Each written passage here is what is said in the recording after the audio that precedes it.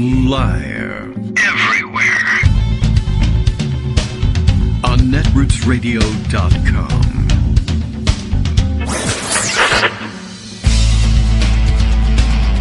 David Waldman. Kagro. In the morning. Now, here's David Waldman. Hey, good morning, everybody. How you doing? Okay, finally got the button working here today. So it's an interesting morning. It is Wednesday, January 20th, 2021. It's inauguration day for Joe Biden, departure day for Donald Trump, and I guess he's already gone. So that's good news. I suppose, I don't know, anybody still watching what's going on television? Has the plane taken off at this point? I know he was a little bit late in getting out of the White House. Who knows what that means? Could that be last minute additional pardons? It could be. Lots of discussion and rumors circulating about there being such a thing as secret pardons that basically you can pocket and walk away from and reveal when necessary later on. Not something anybody has ever discussed with me, so I say no to that. That's my answer. And basically, I don't know whether it's a thing other presidents have done. Who cares? Because hardly anybody has ever had to talk about it before. Only with this idiot president would you ever be discussing such a thing. And with this guy and his paperwork track record, I would just say, no, at this point, you can just basically assume that if anybody pulls out a pardon that wasn't verified in some fashion, and none of these have been verified in any way, actually, but none of the ones we know about already, I should say. But if someone pulls out a pardon and says, I needed this right now, it's 2023, what have you, we'll say they can't wait very long to commit their crimes, 2023, and you can't charge me with this, I've been pardoned, blanket pardon from President Trump on his last day in office, I'd just be assuming at that point, no, that's just something you made up in Photoshop and printed out. It's a forgery, and we're not going to honor it. There's really no reason to do anything other than that. And really no reason to do anything other than that with all of these pardons, too. As I saw someone joking the other day, I think we ought to take it quite seriously. Sorry for all the hopeful pardon recipients. None of these are effective until we do signature verification audits on all of these things. I'm sorry, and someone else's suggestion. Well, if we can't get it done by noon today, when Trump no longer is president and Biden is, well, then I'm sorry, you're just going to have to do without. The list of known pardons is out there somewhere, and I think the New York Times compiled them all. I just saw bits and pieces of the story, things being tweeted around last night and to this morning. Steve Bannon, of course, managed to get a last-minute pardon, even though they had the great falling out. And even though the charges he currently faces, that are federal anyway, are for defrauding Trump supporters out of their contributions.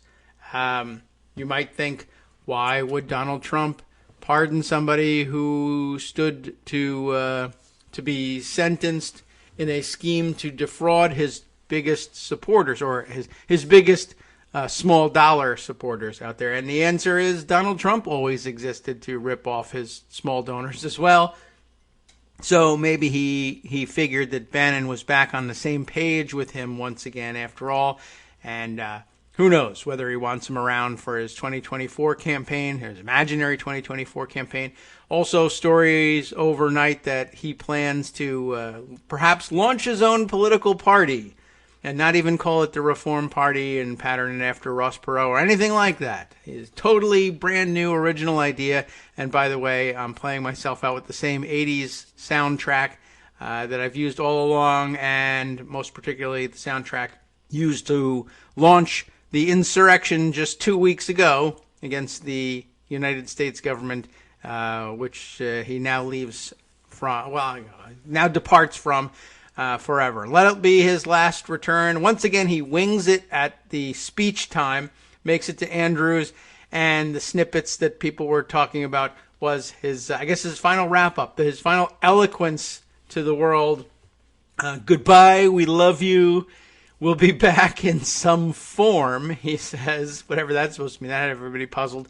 And have a nice life, which, like, talk about, there was no way for him to give this less thought than to do it like this. All right. Other pardons being discussed. Let's see, I saw Rick Renzi gets a pardon.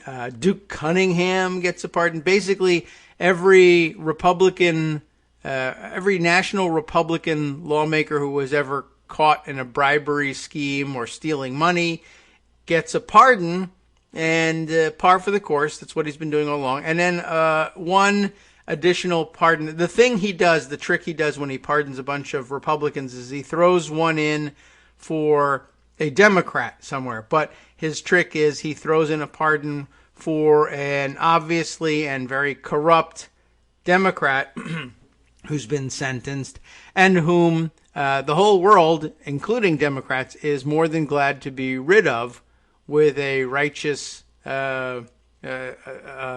conviction.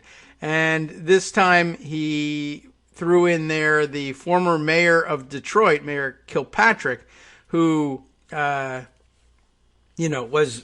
again, also had been through his trial and I think was basically a giant embarrassment to Detroit. And as others have pointed out, he spent, all of his, whatever, I guess you could call it political career, Donald Trump, blasting Detroit and holding Detroit out as an example of horrific Democratic corruption and that they can't be trusted and that their votes have to be voided because of the level of corruption. And then on the way out, he pardons one of their most obviously corrupt political figures as if to emphasize the point.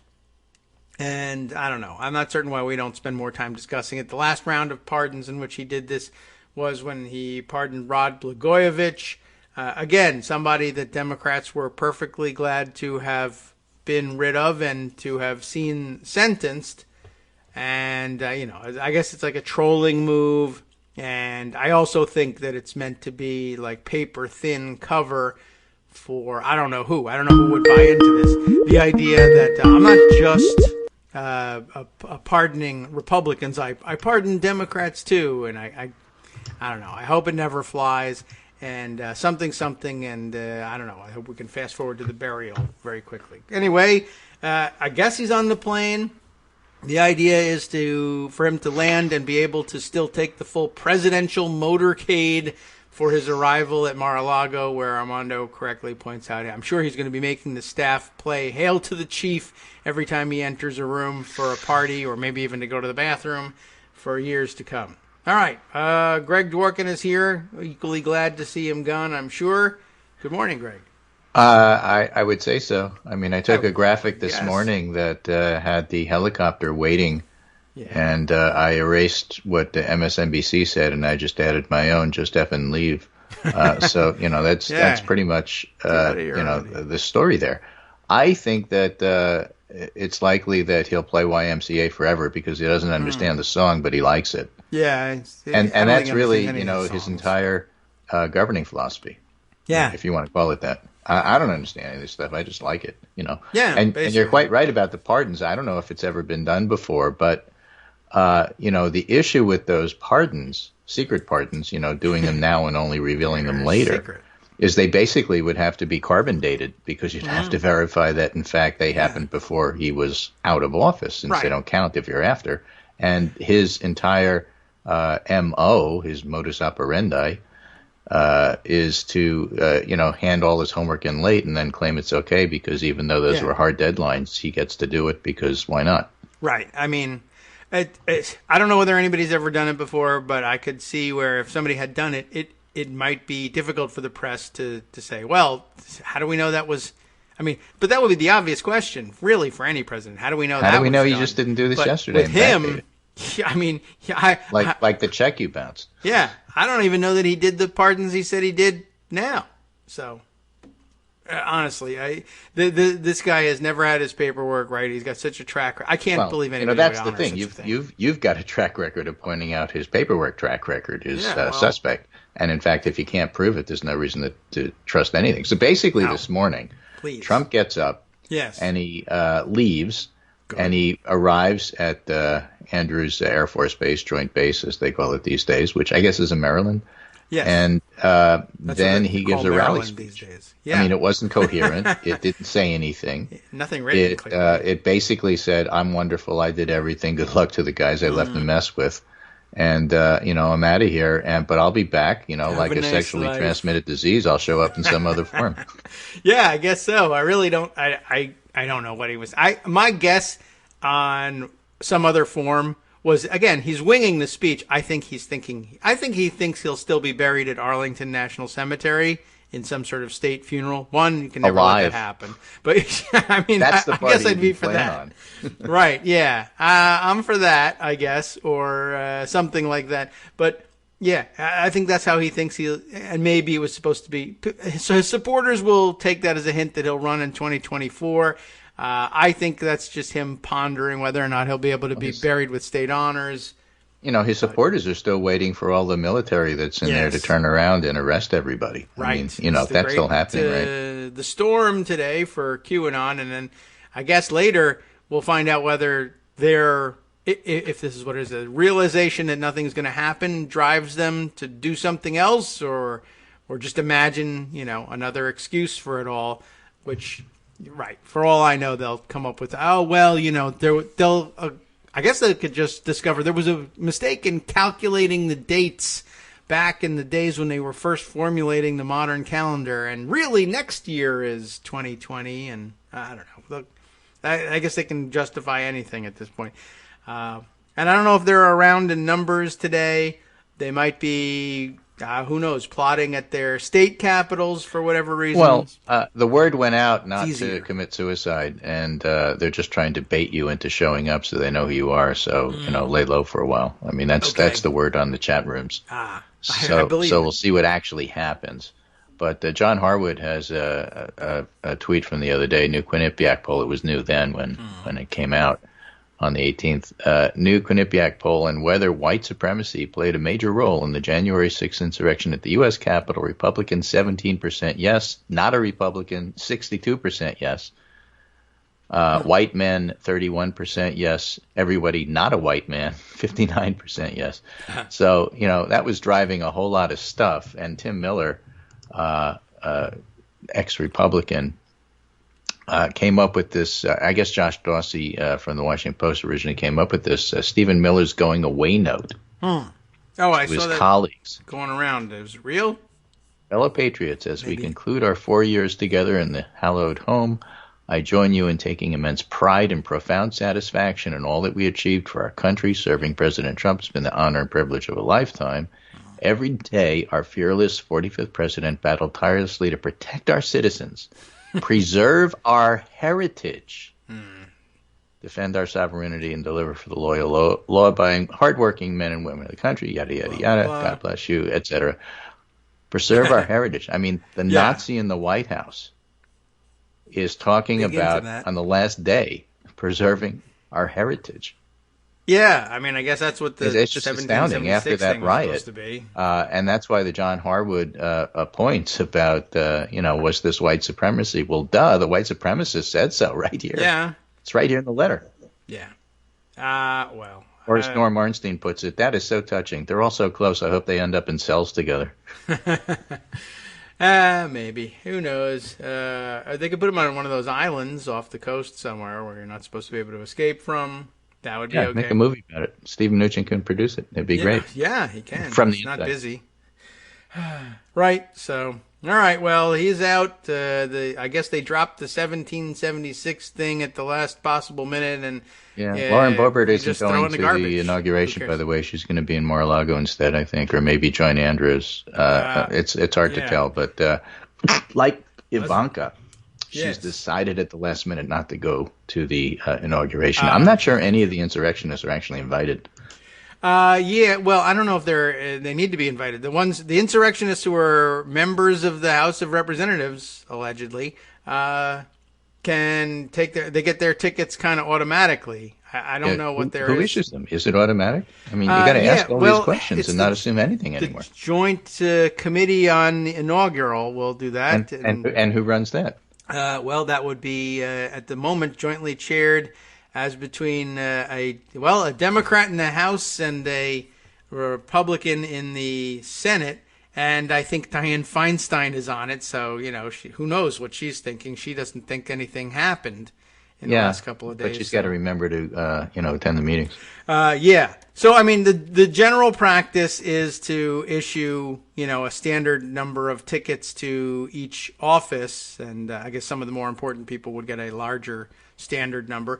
And they can give those out to their supporters. Because normally there's not an assassination threat from members of Congress. But now there is. They're not normal times. So, right. You just got to question everything here. Just Speaking of which, speaking of not normal in not normal times, I don't know if you saw this from the Milwaukee Journal-Sentinel. I don't know either. But there was a marvelous editorial the other day saying that he really ought to resign because his actions simply don't befit the office. Okay.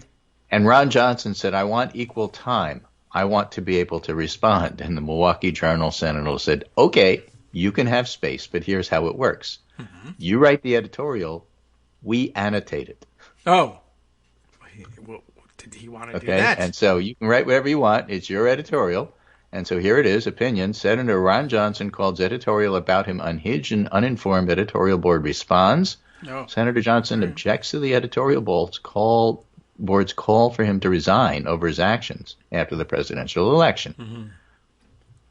Now, the senator was called to either resign or be expelled. Okay. Which is going to be an interesting thing in and of itself. For his role, since Joe Manchin seems up for it, for his role in spreading disinformation about the presidential election, the senator asked for space to respond. We're providing him that courtesy, but we're also taking the rare step of footnoting his commentary to provide additional context so that readers have a fuller understanding of the senator's action. For example, his first paragraph, in an unhinged and uninformed editorial, the Journal-Sentinel called for my resignation or expulsion from the U.S. Senate. Among its many baseless charges, it accuses me of, quote, inciting violence and an act of domestic terrorism, end quote, being a leading member of the Senate Sedition Caucus, and stoking an insurrection, violating my solemn oaths, being a racist. He must have overlooked my involvement with Milwaukee's Joseph Project. Mm-hmm. And shilling for Trump, apparently along with 74 million other Americans who voted for him. And that leads to footnote 1. Senator Ron Johnson, says the paper, took an oath to support and defend the Constitution of the United States. In our system, the states certify electoral college votes and Congress acknowledges the victor. Senators and representatives cannot overturn the will of citizen voters by rejecting a state's electoral votes. As for racism, underlying the attack on the U.S. Capitol was a tribal fury against people targeted as scapegoats, we wrote. A fury President Donald Trump stoked repeatedly during his time in office. Johnson showed he was a willing accomplice in the shameful politics by repeatedly failing to adequately call out Trump's appeals to the worst prejudice in people. So everything he said was annotated in that way. Okay. It's a very interesting approach to, okay, you have equal time, but we're going to make sure that you do this. So he talks about Senator Barbara Boxer. When she objected to Ohio's electors forcing a 2-hour debate. But unlike Senator Boxer, I didn't vote to sustain this objection because, Ted Cruz and Josh Hawley wanted to do that. But the paper points out Johnson only voted against objections to Biden's victories in Arizona and Pennsylvania after the deadly sacking of the U.S. Capitol had interrupted Congress's tallying electoral college vote. Originally, those challenges were to include Wisconsin. Worse, like Trump, Johnson spent weeks questioning the validity of the election without citing any evidence, including holding a one-sided hearing that allowed Trump's lawyers to once again air allegations of fraud. Johnson's role in spreading and amplifying lies about the election encouraged Trump supporters to believe the result could be overturned. And Senate Majority Leader Mitch Mcconnell blamed Trump and other leaders. The mob was fed lies. In our view, these powerful people include Senator Johnson. So really very well done. I mean, there's more of it in that vein. And he's got... to the very short piece that Johnson put there, there's 19 footnotes. There are. I see them. Yeah, that's pretty good. I like the practice. I like that. Actually, the footnotes are longer than the article, and that's probably the way it should be. Yeah. Well done there. I what can I say? I hope it happens a lot more. I'm sure it was a big pain in the neck, and. But that's the thing, when you saw Trump get on the Marine One helicopter and leave. and then gets to Andrews, and the cowards didn't pull back to show the 3 people that were there. They just did this tight shot to make it look like there were a lot of people there, which there were not. In fact, there were only about 14 people on the lawn when he left, which was really unusual, but everything about Trump is unusual. No. And then after he makes his speech, then, the TV cameras don't switch to the airplane flying off. They switch to Joe Biden in church with Republican leaders. Yes. Having a prayer service this morning. Okay. Good. And so the point is that symbolic shift is exactly what happens with all the courtiers. So, where are Trump's friends? Where are Ivanka's friends now? Yeah. Well, you're going to find out that all of a sudden they're really interested in Joe Biden and his family and what they're doing, and they don't really care about you very much. In other words, they really weren't your friends. No. And you're about to find that out because, nobody cares what you're doing now and where you're going to move and what's going to happen and what you have to say and whether you think you have a career in politics and all the other nonsense that were suddenly, so important, for the past 3 years. Nobody cares. Bye. Who are you? I'm sorry. I'm not answering your phone calls. And they're about to find this out the hard way. I don't think they get it. I don't think they understand. I would have thought they would have known. They're going to because they're simply not going to be the focus of the news anymore. It's Trump can't tweet how he feels about being an ex-president now. Well, true too. You can always talk to Maggie Haberman at the New York Times, and they'll find some angle maybe. of a Trump voter in a diner somewhere in West Virginia or Pennsylvania to go talk to.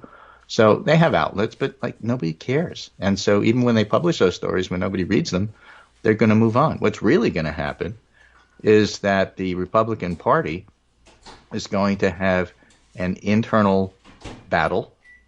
Yes. I don't want to use war as a metaphor here, but it's going to be an internal battle over which direction the party's going to go. The Trumpists are numerically superior, but idea-wise, way inferior. I mean, they don't know how to govern, and it's going to be really interesting to see what happens. They can, in fact, win that battle, but with fewer members by alienating everybody else. And whether Trump, in fact, goes off and does his Patriot Party like he claims, of course, he doesn't follow through on just about most things he's he pretty says. Lazy. That almost doesn't matter because if you are not a united party, you lose both senatorial races in Georgia, for example. Yes. And that may well be the near future of the Republican Party. It doesn't mean they're gone forever. I'm not saying that. But you lose elections when you have internal battles. Yeah. And the other party's united. That's just what happens. Yeah, it'll be interesting to see, really just from the viewpoint and by the way, that's why Warnock and Ossoff are going to be senators today. Yeah, that too, right. They will be senators today. Yes. And by the way, as of noon, when that happens, or I don't know exactly the timing of when that happens, I guess it had, when exactly Schumer become majority leader? Is it when Kamala Harris is sworn in? So she's the 51st vote? Is that when it happens? Or does it have to be a formal vote? When does this happen? Well, that's a good question. Because whenever it does, that's when Nancy Pelosi sends over whatever article of impeachment she wishes. My guess is a little bit later. I think Kamala Harris will be sworn in. I think she gets sworn in a little bit before Biden, so around 11:30. But I think that the plan is for her to be sworn in so that she can administer the oath to the new senators. And I think perhaps Senator Padilla might be there as well. So I think the plan is... So 4:30-ish today, when all of this happens, then Pelosi can send over the article.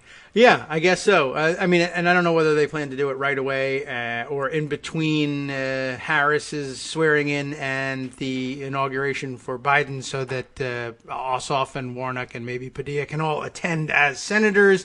So those swearings in may all be crammed in somewhere in between 11:30 and 12. But Pelosi will be busy and she can handle the messaging later on, and she doesn't even really it doesn't have to get there at 12:01 or anything like that. No, it has to get there after 12:01. It has to get there after all this happens, basically, so that Mitch McConnell cannot be the one to decide what to do with it. Yeah. Right, the senators are going to have to decide what to do it, because that's the next agenda item here. And what we're talking about, sure, Biden has a very busy agenda, and he's going to do executive orders on day one, which is today, and they'll all be important, and we'll cover them, and so on and so forth. But the Senate has to decide how they want to approach this impeachment trial, because, they got a job to do now. Mm-hmm. So whether it's stepping back and setting up a committee to look at the charges and then take your time, and then you can do the investigation that the Republicans claim was never done because they didn't want to do it, but Democrats do want to do it. That's why it's so important that Democrats have the Senate, why Schumer needs to be majority leader, why Pelosi waited to send over that article, and, stepping back one level, why it was so important that Georgia acted out the way it did and elected the senators that it did, because that makes all of this possible. And that's why it's so important that the Republicans are fighting with each other, because you can't win elections when you're fighting with each other. Yes. Well, back in the day, when I was a kid, the Democrats were so large as a party that it was normal for them to fight and still win. That's not the way the politics are anymore. No, it doesn't work that way very often anymore. You got to and an evenly divided, closely fought elections, if not evenly divided country. I'm not even certain that's something we can necessarily. I don't even know if it was something we necessarily ever should have said, but it did get widespread currency. Anyway, man. All right. Well, we'll be back in 2 minutes to wrap up on some of the other final details. We had some questions, and I've gotten some answers from the audience about weird questions like, hey, how do they handle the handoff of the presidency in terms of the possession of the nuclear football, especially if the ex-president's flying away with it at the last minute. Well, I have an answer. Hi, it's me, David Waldman, your host for Kagro in the Morning, and I've learned that I either need to update these announcements more often or stop saying that the announcements are brand new. What's not new is that this message, too, is a call for your support in keeping the Kagro in the Morning show on the air. My thanks go out to all of you who do support the show through your donations. The stats say that Kagro in the Morning fans download our program about 2,000 times each weekday. But our donors make up only about 8% of our daily listeners. Patreon.com, Patreon.com, makes it simple to make easy, secure, recurring monthly contributions to support our show. Patreon.com/KagroX gets you straight to our donation page. If we're helping keep you sane during the Trump era, consider what that's worth. $1 a day? 50 cents? One thin dime? We do about 20 shows a month, so pick a number, do the math, and head to patreon.com/KagroX to let us know. Thanks again, everyone, for all your support.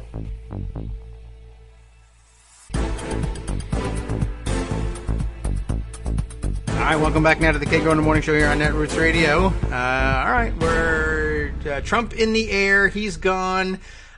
We did have that question about the nuclear football. He's still president, so technically that's supposed to still be with him. And we haven't had a situation, I don't think, in the modern era when we would have a nuclear football. George Washington did not have a nuclear football, or his nuclear football was made of wood, is the apocryphal story about it. But, we haven't had anybody in the modern era in possession of the nuclear football fly away with it and leave the incoming president behind, you would think, perhaps, without it, except for the fact that there isn't just one. There are several, and you probably would, in hindsight, now you'd think, of course, there's more than one. What if it breaks? Or what if they need something? Or what if the vice president need one? Because the vice president gets one, too, because, chain of command and what happens if something goes wrong with the president. So, easy answer. There's one that's ready and waiting for Biden, even though the other one's on the airplane. And apparently there is an additional piece of equipment that goes along with it called the biscuit. I've never heard of the biscuit. And the biscuit is a little card, I guess, that the presidents are supposed to carry with them at all times. It has all sorts of authorization codes that will make the football work. So if you give the spare football to Biden, and then at 12:01 you deactivate the old biscuit and activate the new biscuit, that's how it works. That's the long story I was going to ask now. you about that. So it's not like the old one blows up. Where did you hear about that? I just was wondering. You weren't supposed to talk about that. Oh. All right. Well, at any rate, no, it's not like the old one blows up. So that if it does explode, in close proximity to Donald Trump, we don't know anything about that, and you'll have to talk to other people. Us. Okay, right. And we're not suggesting anybody plan for that. I wouldn't if I were you, because Trump is not alive to pardon you, which is probably what would happen by the end. All right. Well, anyway, no, they just deactivate it. And then presumably the one that Trump has with him is washed and sterilized and then sent back to Washington, D.C. to be put in the backup. Well, the whole White House is being deep cleaned as we speak while Biden was in church and Trump left, even if it was a half hour late. The entire White House is being deep cleaned and fumigated and, trying to get all the cooties out of it. And that's some real work. And they'd be sweeping for bugs as well, the electronic kind. Yeah, they're going in and they want to see if they left anything behind. They took all the picture frames. They took all the drapes. They basically took the fixtures and the pipes. Right. And probably took all the copper wiring. And they're just scouring the White House to make sure Stephen Miller didn't stay and, some other people. Right, hiding somewhere. You got to get that out and clean everything. And then, 1201, new era. Here's, going in on this theme of what happens to the Republican Party. This is an interesting piece here from WKRG News 5. Okay. And I love 5, yes. Yeah. I don't know. News, question is, of course, where are they? Right. Looks like Mississippi. Right. Actions by GOP attorneys general could damage credibility. This is an AP story, happened to be appearing in Mississippi. By supporting efforts to overturn the results of the presidential election, most of the nation's Republican state attorneys general, the correct term, attorneys general, may have undermined their office's long-held special status in federal courts. Oh. In December, Texas Attorney General Ken Paxton filed legal papers attempting to overturn the results of the presidential election based on unfounded claims of election fraud. The Republican attorneys general for 17 other states made legal filings supporting his effort, which was rejected by the U.S. Supreme Court. That's a good point. But more recently, an association affiliated with the political arm, the Republican Attorneys General Association, became entangled in the January 6th rally that preceded the violent insurrection. That group, the Rule of Law Defense Fund, helped pay for promotional efforts to get people to attend, and the controversy prompted the Attorney General Association's executive director, Adam Piper, to resign. That resignation, by the way, happened after he denied he had anything to do with it, and then resigned, which, of course, looks great. Makes it look like he had something to do with it, which he did. Massachusetts Attorney General Maura Healey, Democrat, blasted the Republican attorneys general, who have continued to support Trump's attempts to overturn the election. And some legal experts think, there's always a legal expert that thinks something. Some legal experts think the overt political involvement by the Republican attorneys general could have a lasting effect on how judges view legal actions their offices bring. Maybe. Okay. If it turns out that attorneys general are no different from another politician or another interest group just looking for an angle trying to get into the courts could revisit what they call special solicitude. Okay. That term refers to a state's ability to unilaterally weigh in on any federal lawsuit, giving attorneys general and their states a say in a wide variety of issues. So if they get the reputation of just being political hacks, which, by the way, they are, then the courts don't have to say, well, the attorney general of this state says, so we have to pay attention to it. Right. Yeah, well, that's good. That would be okay. I mean, it would be terrible because they abrogated a role that they should have had. But if that's how they're going to act, well, the courts ought to do that. Yeah, that's true. I was wondering if they would. So I'm glad to see that happened. And good news. That's exactly how it ought to be regarded. And I'm glad you brought that to our attention. All the way from Mississippi. So when you submit something in court, you're saying, to the best of my knowledge, the information I've given you is true and valid. Yeah. Sylvia Albert, the director of voting and elections for the liberal advocacy group Common Cause, said. And in fact, that's why, from a perspective, assuming you actually care about the truth, it's so important that when nutcases like the president's lawyers say, and his My Pillow guy say that, look at all this evidence that the election was stolen. Yes. People will turn and say, well, there wasn't any evidence. We know that because you had your day in court and you didn't submit any because you don't have any.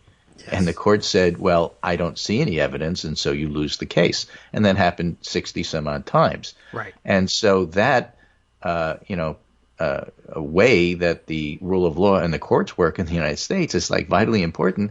And if the attorneys general are going to screw with that, we'll screw them. Yeah. Well, absolutely. And in many cases, you're right. They didn't dare submit anything that they knew wouldn't stand up as evidence or that wasn't verifiable. But yeah, also because like they said, when you submit something in court, you're saying, to the best of my knowledge, the information I've given you is true and valid, and I'm putting my name on it. Exactly. And so it's one thing to give a press conference, and another thing is to do that in court under oath. Right. Even that wacky woman that they had at the Michigan hearings who, became briefly famous for saying, I swore, I signed a thing that said I can go to jail if I'm not telling the truth. I think what she said is, I shined a thing that I was whatever. Mostly. Whatever. Yeah, and I mean, that it's interesting that it's not something that they don't know about out there, but, I guess they'll be ignoring. But this is, in particular, a very important statement to make with respect to the Republican attorneys general, because they have for quite some time been taking advantage of the fact that is often assumed to be the case, that it is the case when attorneys submit things, and it's the assumption that most people make about attorneys general doing, abiding by the same rules that apply to any officer of the court, but in particular to them as top law enforcement officials, and using that assumption to give the cloak of respectability to materials that either don't deserve it or that they aren't really even swearing to because they're not submitting them in court, but speaking about them at press conferences instead.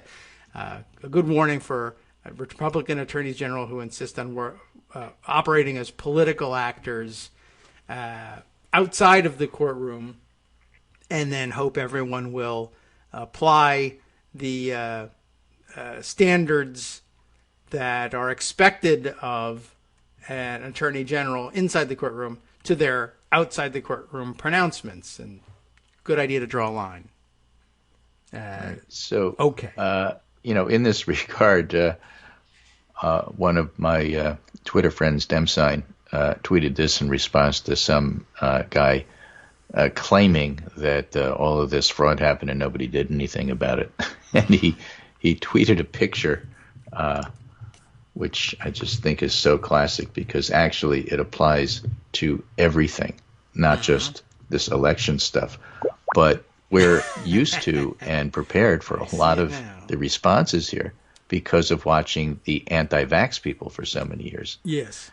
And he, just like the Milwaukee Journal-Sentinel did with the footnoting, he footnotes the now classic phrase, I did my own research.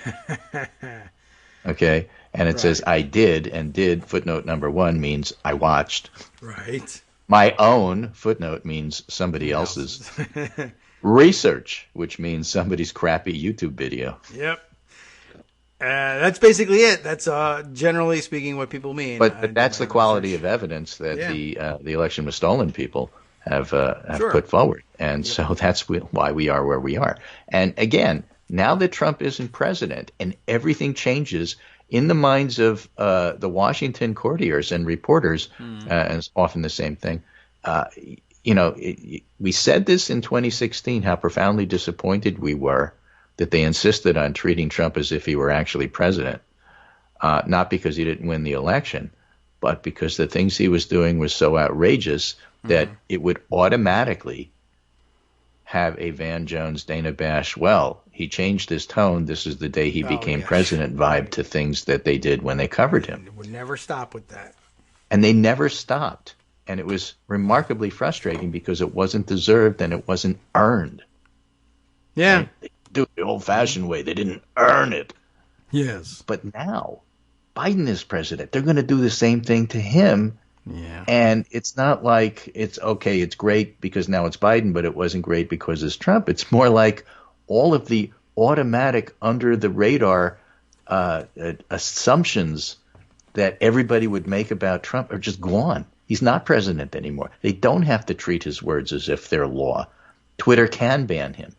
It doesn't matter what he says. Who cares what Ivanka thinks? All that stuff.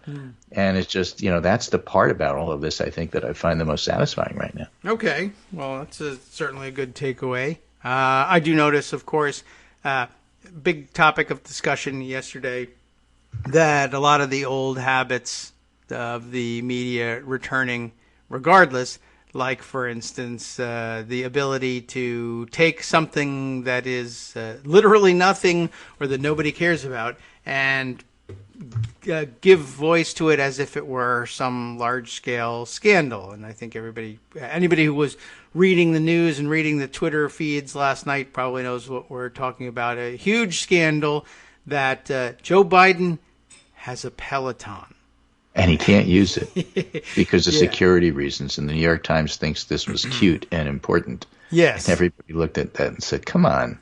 Right. Come on, man. But in addition to, the security issues, but doesn't this say that he's not salt of the earth like he claimed? I don't know. I mean, it's an expensive toy, to be sure, but it's kind of, if you're advertising it on television, it's kind of within reach. What's going to happen today, though? Upper middle Joe class Biden folks is going to give his inauguration speech in overalls, and then he's going to go fix the sink at the White House after he leaves, right? And then there's going to be all these Joe the Plumber jokes. Guess that'll be okay. And fine, bring it on. I am so looking forward to crap like that instead of the crap we had over the last 4 years. It is such an upgrade. Yep. I mean, we'll take it. Lousy Stories 2.0 is just going to be so much better than it was over the last 4 years. Yeah, very different level of crappy stories. So a quantum difference. All right. Well, I guess now we just wait. I don't know how much longer. I guess is the church service over? Is Biden back? I don't know. I'm doing this internet radio show, so I really have no idea what's going on. But yes. At 12:01, the process starts. Biden gets sworn in, and as you pointed out, at some point over the course of the afternoon, the Senate gets sworn in, and at some point over the course of the day, certainly by midnight, Chuck Schumer is majority leader, and Biden will start issuing executive orders, and some of them will be important. Yeah, and they'll get covered, and they'll get explained, and dare I say it, some of them will actually be thought out, and that's why they'll be ready to go. And then the press will have questions they'll ask, and the White House will actually have answers. You may not like their answers, but they'll have a organized way to respond. They may start doing, dare I say it, press conferences. Yeah, actual ones. At about 12:02, some jerk will, who does this for a living, will say, "Well, it's been 1 minute and Biden hasn't had a press conference yet." Yes, or hasn't vaccinated enough people. Or start a countdown stuff, and that's fine. That's all normal. That's perfectly okay. And I'll find myself liking it more than I resent it. I'll resent it soon enough. But for the first couple of days, it's like, let's get back to normal. Let's do the stupid things that you guys always did. I don't expect you to have learned your lessons. You didn't learn it over the last 4 years. So why are you all of a sudden going to become brilliant and start learning them now? Just go back to being normal, and that's okay. That's what the country needs. Now, by the way, I don't know if you watched it. It was really short. But yesterday's COVID memorial ceremony was just brilliant. I did not. I didn't watch it, but I saw lots of discussion of it. I was, still in like dinner mode, I think, at the time. But yeah, the fact that they even had one and everybody paused to realize, yeah, he's kind of never mentioned the toll of these. Like we've never done this people before. He killed. Yeah. So right, even before taking the reins as president, he's president. This is the day he truly became president, and it was yesterday, and today is actually the day he really does become president. That's how good he is at this, by comparison, right. certainly. Today is truly the day Trump becomes ex-president. Right, eventually. That happens at 12:01. Yes. Although it's tired because everybody's used it, my favorite joke is still, it was cold in Washington today. It was minus 45. Yeah, that's a good one. The reason it was amusing, no matter how many times you hear it, is because it's true. Well, yeah. That's what they say about things that are funny. Grain of truth to it. Yeah, right. It's funny because it's true. I will. I was pleased to see that one circulating yesterday. I also, by the way, it was interesting. I cracked a joke about it this morning, just saying, well, it's about 4 hours now, just a couple more hours until you can indict the now sitting president. As we've been told for 4 years, you couldn't indict a sitting president, and this is almost over. And if there's any sealed indictments waiting out there from the Mueller investigation team or anyone else, we could find out about them. And then I realized when somebody took it the wrong way. Yeah, well, in about 2.5 hours, we can find out about that. But interestingly, somebody read that completely differently, and it's just equally as true. Again, I had said so about 3.5 hours until you can indict the now sitting president. And somebody said, yeah, well, I'm sure we'll hear that from Jonathan Turley shortly. And I realized, yeah, Jonathan Turley could absolutely be, what the reading this time was, oh, well, now that Biden is president, all of the legal experts who've been defending Trump up to this point will now pronounce, yes, you absolutely can indict a still sitting President Biden. That would be okay. Based on what? Well, I'll make something up. Don't worry about it. All the QAnon people already have it ready to go. In fact, today is the day, or maybe tomorrow. I forget when she said she promised to submit her impeachment resolution, but Marjorie Taylor Greene announced the other day that she was ready to introduce articles of impeachment against Joe Biden. We're not sure for what, but it doesn't matter to people like that. I'll be watching to see whether she does it, and also watching to see whether all of the political writers at Politico and at the Post, who for some reason came out with articles over the last couple of days that said the impeachment trial for Trump starts promptly at 1 p.m. today. I guess we'll have a countdown and see whether that was correct or not. A lot of people might find out that they had it wrong at some point today, and that includes President Trump, if anyone talks to him honestly between now and then, but I doubt it. Yep. Well, all of that, I think, what's the in-flight movie is absolutely true.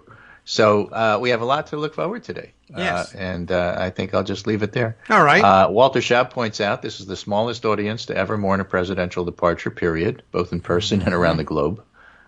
As they depart the White House for the last time. I said there's about 14 people there. I wasn't exaggerating. No, I understand. Downward. I just saw the picture of Lauren Boebert. She's snapped the selfie because that's what she does. Where was she? Was she at the White House or was she at No, she was Andrews? It appears to be at Andrews, where he's up and giving his speech. So she got up early and went out there because that's not where she works. And Mike Pence was too busy. Yesterday. Yes, right. Pence is where he's supposed to be, getting ready for the actual inauguration and that peaceful transfer of power that we were talking about. That's the one. He'll be attending that one. So, okay. Big whoop. Glad he'll be there, whatever. I guess there's some other Republicans going to be around to do the official handoff. And, as you point out, there are very few Republicans left in Washington who were loyalist to the extent that they would follow Trump for his departure, even at his insistence that they do it, and bring 5 guests, by the way. They were all supposed to bring 5 guests with them to fill the seats. And, wow. All right. Right. Now, things are just so bizarre. Yes. It's worth, as a public service announcement, mentioning that it's well worth checking everything you read at this point. Good idea. Make sure you're not looking at a Parody account, for example. Yeah, true. Make sure that you're looking at, an actual I know what's going on reporter when they talk to you about what's happening with impeachment, all that sort of stuff. Listen to you. Listen to people who know what they're talking about. Last night, people were tweeting around a parody, which not everybody realized was a parody about Trump's pardons, because, he has a whole bunch, including Steve Bannon, which are unfortunately real. It's hard to tell. But last night, somebody tweeted Trump pardoned Ted Cruz's dad for killing JFK, and people thought that was like real. You're right. It could have been. What was it? And it could have been. How do you tell? Yeah, and I'm not 100% sure. Is that The Onion? You really ought to double check. Maybe. Yesterday's rumor circulating was that he was gonna pardon Joe Exotic, the Tiger King guy. Yeah, that was all part of the same memo that came around. But like that was going to be a real thing, maybe. I don't know. I have no idea. It's difficult to tell. But I guess there's a list discussing now. this as if it were real. Wait a minute. If Trump pardons, Ted Cruz's dad for killing JFK, why doesn't he just pardon Ted Cruz for being the Zodiac killer? And the answer, of course, is, well, that's a state crime. He can't. Oh, shoot. I never. All right. Well, at least I'm glad you were here to explain it to us. That's true, right? He wouldn't face federal charges for that. I got no idea what to do. All right. Well, you're right. We have to definitely sort these things out. I'm going to end with my German reporter friend, Michael Knigge, who writes, turning off Trump's Twitter account provided the space and time to fully realize the toxic stew the world has been exposed to for 4 years, and Trump leaving office today will be the necessary second act in that process. Mm-hmm. So with Trump having his last day today, it's going to be the absence of the I have to cover this because he's president and take it oh so seriously. We'll have NBC reporters saying, well, Trump said, in all earnestness, looking at the camera, my job is to tell you what Trump said. So Trump said this, and you have to take it seriously because he's the president. That stuff's going to be gone, and in its absence, the world's going to be a better place. And that's the way I'm going to leave today's segment. Okay. And we'll be back tomorrow, and we'll see just how much better it got in 24 hours. Yeah. All right. Well, good. That's a great test. We'll see what this is going to be a wacky 24. So hang on for one more. We're not quite done with the chaos yet, except this time it'll be the chaos of what it looks like to replace chaos with order. And that's exactly right. We started to use chaos way early on. We did that the day before he got sworn in, and even before that, we've been using it for 4 years. He's the chaos president. Jeb Bush, I think, used that during the primaries, but we used that at least that far back. Yep. You were definitely the chaos and with order, it's going to be an interesting sort of thing. It may not be as interesting for reporters, but then again, it's going to be better for the world. So with that, we'll sign off, and this is no longer Air Force One signing out, and I'll talk to you tomorrow. Yeah, all right, very good. Of course, technically, what still is after the show today will be when that ends, and so we won't be able to be on the air for that. I guess at noon. I guess the plane will be on its way back, and it'll have a different call sign. Although it would have a different call sign anyway if it was just returning. Even if it takes off before noon, it's still not Air Force One unless he's on board. So whatever. Anyway, I love all the technicalities, and I think we've got them all covered. By the way, in terms of the best response on Twitter to the weird conclusion to Trump's farewell speech, in which he said we'll be back someday, or we'll be back again in some form. Dr. Zoom on Twitter responding to that with the only correct response to returning in some form, which was possibly a large and moving Torg or even a giant slore. And he goes on, of course, to embellish with the famous line from Ghostbusters, many globalists and triggered libs will know what it is to roast in the depths of the slore that day, I can tell you. Proper response there. Okay, let's see. Okay. Lots of other notations out there. By the way, I guess with respect to that speech, did I park this thing somewhere? I think I did. Maybe it was in Pocket. And there's Greg's photoshopped Chiron now flying by on Twitter. Some of you just getting a hold of that one now. Let's see. Yeah, I think I parked in Pocket for later consumption. Did that not? Okay. I've got to scroll up. There's a lot of things parked here at the last minute. A look at the speech that I guess he was supposed to deliver. Weijia Jiang from CBS News tweeting that these, as she includes here, are the prepared remarks that we received before Trump's speech. He was planning to mention Joe Biden and Kamala Harris, or at least somebody else had that plan for him, to mention them by name and even wished them well, but he did not. So there's your answer. In fact, his actual speech was completely off of this script. I don't know if you got a chance to hear what he said. We've heard snippets of it. I didn't see the whole thing. But he has, I guess, like real, I don't know, supposedly dignified remarks that he could have delivered. Thank you all for being here to give our family this magnificent send-off. Your support and encouragement over these last 4 years have meant more to us than words can ever convey. Obviously, this was written for him. He doesn't have this vocabulary. Together, we have made life better, safer, and more secure for millions of our fellow citizens. Congratulations on all that you have helped our nation to achieve. Today, our country inaugurates a new administration. We wish President Biden and Vice President Harris great success in keeping America strong, prosperous, and free. In other words, are like a real speech, and he couldn't do it. Even in his final moments in Washington, D.C., couldn't muster the I don't know what, the spine to just act as president once. Pretty amazing. I guess we'll find out shortly after inauguration and when I don't know whether the Bidens are going to make any sort of entry into the White House today or not, given that it literally does need to be deep cleaned. That's actually, people have said it a number of times. I'm sure you've read it. That's actually part of the plan. So I don't know whether there'll be that moment of him entering the Oval Office to find a note for him left at the Resolute desk by the previous president. My guess is that he just skipped the whole thing. I mean, if he's still in that mode where he can't even go through the motions that are expected of a president leaving office, like mentioning the incoming president and wishing them well. Unlike, I guess he was able to muster that feeling for, what's her name, Ghislaine Maxwell, who may or may not be among the secret pardons or the list of pardons, who knows.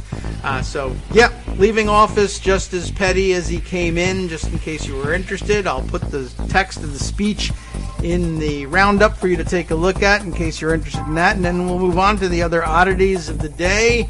News you have to look forward to or keep an eye on, and see if we can't keep this coherent, jittery, waiting for this to be over. Hi everybody, it's me, David. Let's change things up from the old fundraising pitch for just a minute and talk instead about how you can be a part of our show. If you've got a smartphone or any other electronic recording device, why not sit down and record a segment for us? Read us an important article and give us your take. Or read one of your own original essays, or even just give us your commentary on something you'd like to share that's important to you. Then send the file to me at kagrox@gmail.com, and I'll try and work it into the show. Short segments, a few minutes in length, are easiest to fit in. And of course, I can't always guarantee that I'll be able to play everything, but if you've ever shouted at your radio or TV about something you wish was being covered, here's your chance to change that. Make the show your own. Send your submissions to me at kagrox@gmail.com.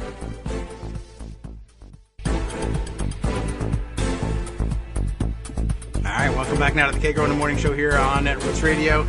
I've tweeted it around for those of you listening to the live show with the KITM hashtag. If you just can't wait to see what the speech was supposed to look like, you can grab it. And if you're listening via podcast, it'll be in the roundup. And if you don't know where to find that, I don't know what to tell you. It's over at Daily Kos, of course. Scott Anderson prepares it every day over in the what used to be the Daily Kos Radio group over at Daily Kos. But of course, since we've established ourselves these days as independent, or have been established as independent anyway, from Daily Kos Radio, or from Daily Kos itself.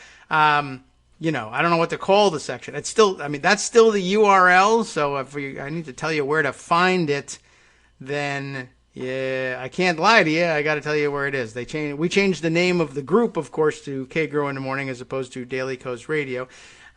Which we probably should have done a long time ago anyway, regardless of the affiliation issues, because I started it that way because it was still my hope that more people, community members and contributing editors and front page figures would have started to produce more content that we might have stitched into a Daily Kos Radio channel of some kind.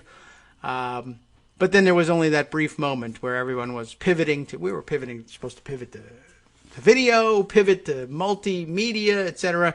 And, it's not an easy thing to do. And it really I found it really became an either or thing for me. So not surprising at all that others would find it the same way. It's a kind of a consuming enterprise, and it's difficult to do more than one form unless you've got a lot of help and people making it happen. But anyway, so once it became obvious that it wasn't going to be a Daily Kos Radio coherent channel, and even when others did begin to produce multimedia content, we didn't marry the two of them together. So what can you do? Anyway, long story short, the place to find it is, of course, all the gibberish up front with the www and whatnot. dailykos.com/blogs/Daily Kos Radio. Apparently, it's too difficult a thing to do to preserve all the content and change the URL there. So although we're no longer Daily Kos Radio, that's the name of the URL anyway. Maybe someone will figure out a technical fix for that at some point in the future. But again, dailykos.com/blogs/Daily Kos Radio. That /blogs is where all of the various group pages ended up getting stashed. Who knows whether under some future reorganization and redesign and relaunch of the Daily Kos front page and elsewhere, the entirety of the blog, that might change. But that's where you'll find it now, in case you didn't know. And in case you haven't been reading these things, I highly recommend them. Pardon me. Again, our good friend Scott Anderson prepares these things daily, and it's quite a chore. It always really weighed heavily on me, and I've expressed my thanks a number of times, and I'll do it again to Scott for taking over that task. But more than taking over the task, he has made it his own forum, as you should. If you have to do the work, you should be able to make it your own forum. And there's a lot of value added in these summaries. In some cases, he does all the work of making up for the fact that some particularly important piece of news or angle on news that didn't get coverage on the show but should have does get mentioned, so that you can connect what I was able to get out in the 2 hours that we allot ourselves to all the other stories that you probably already thought it ought to be connected to. So lots of extra work and connective tissue, plus extra jokes, which is also fantastic. He brings his own sense of humor to it and marries it quite successfully, I think, to the sense of humor we like to maintain here on the show. But the aim of it is, at bottom, is for every story that we mention here, and maybe some that we don't even have to do this for, we approach radio like we approach blogging. If you say it, there ought to be a link behind it. If you can produce it, please do. And then we work it into a narrative. It always could have just been a list of links that I used, but too boring and too easy, of course, to do something like that. So I gave myself the extra work of trying to recap what we did on the show with links, but it's still, even when I did it, it's still, called for extra narrative explaining what was going on and why it was of interest. And now Scott has done it in his own way. So I definitely recommend that you take a look at those things. Not only if you are interested in some story that we mentioned in passing and you would like to see it for yourself, but also if you would like a recap of what went on, and also if you would like a fellow listener's viewpoint of what this whole damn thing meant and what other jokes were left unsaid, and you'll find it all there. So like I said, definitely encourage you to take a look. dailykos.com/blogs/Daily Kos Radio, and we try to have that there for you every day by mid-afternoon. Sometimes I, miss the call on it and forget to hit the trigger button on getting it out there, but it's all there, and a good place to find the archives as well. And it's also a place where you'll find at 8:45 a.m. Eastern each weekday morning a link to the live radio feed if you want to switch over from podcast to live listening. That's available to you there too. All right. So let's see. Other things that require some time and explaining, and things that I've parked in pocket for our discussion. Let's see. Here's the New York Times on the list of pardons that are not secret, if there is such a thing. Secret pardons. With hours left in office, Trump grants clemency to Bannon and other allies. The president continued using his power to help his supporters, including his former chief strategist and one of his top 2016 fundraisers. Maggie Haberman on the byline here. Ken Vogel, Eric Lipton, Michael Schmidt, all the usual suspects.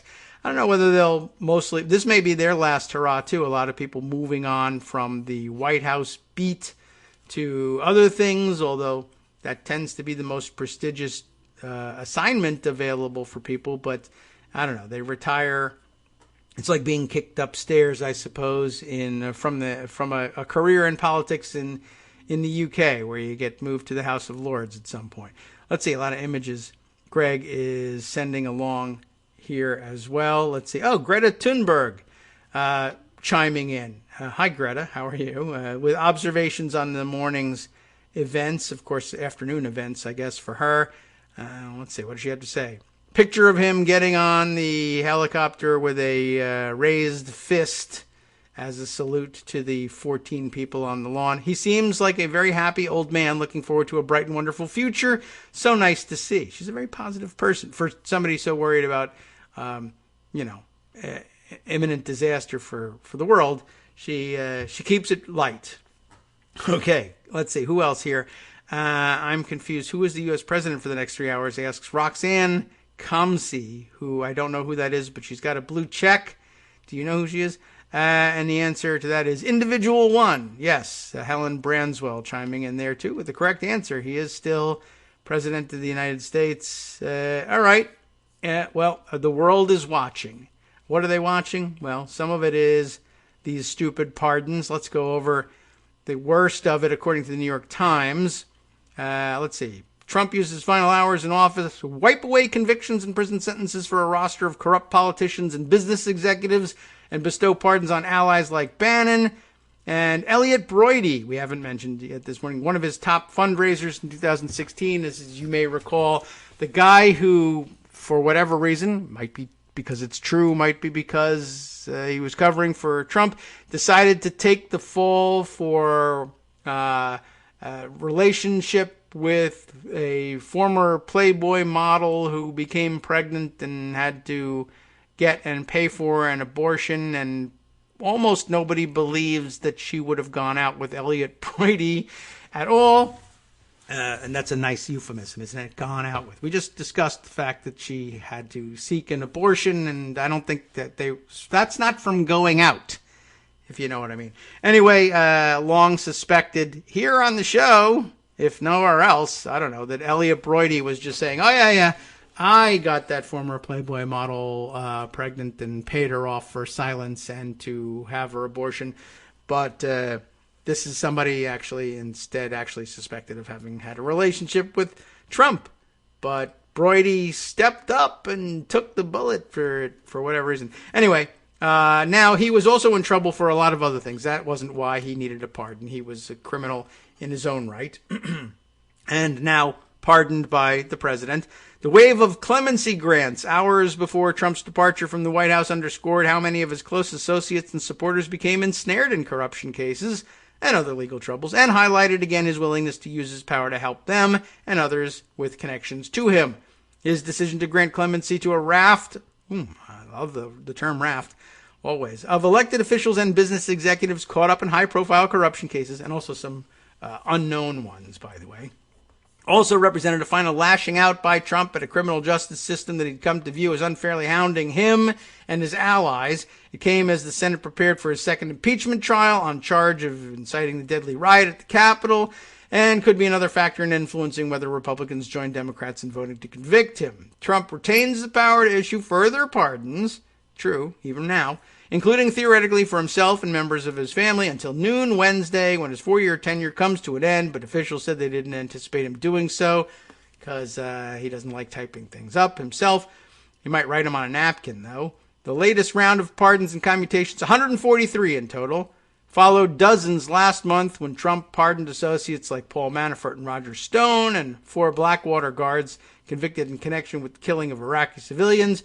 Bannon was under indictment on charges that he misused money he helped raise for a group backing Trump's border wall, but has not yet gone to trial. Brody pleaded guilty last year to conspiring to violate foreign lobbying laws as part of a covert campaign to influence the Trump administration on behalf of Chinese and Malaysian interests. You remember how much he hates China? Not that much, I guess.